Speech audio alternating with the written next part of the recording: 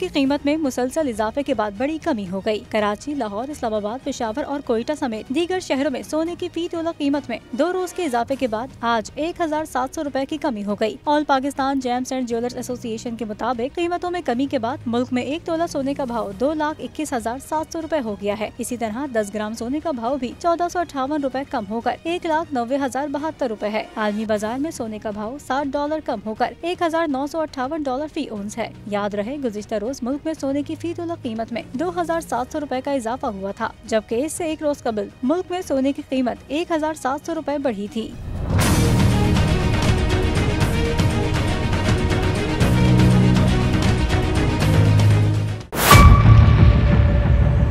Mayor Karachi के इंतखाब की जंग, बोल ने फिर छोड़ दिया सबको पीछे।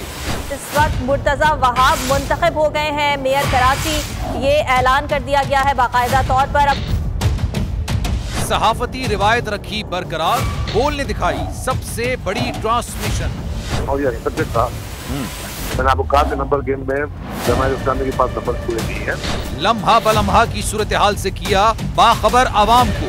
रेंजर्स के एहलकार और पुलिस के एहलकार हैं, वो हाई अलर्ट है और वो इस बात को कोशिश कर रहे हैं कि अब कोई नाखुशगवार वाक़या जो है वो रूनुमा ना हो सके, क्योंकि बोल है सबसे पहले सबसे आगे।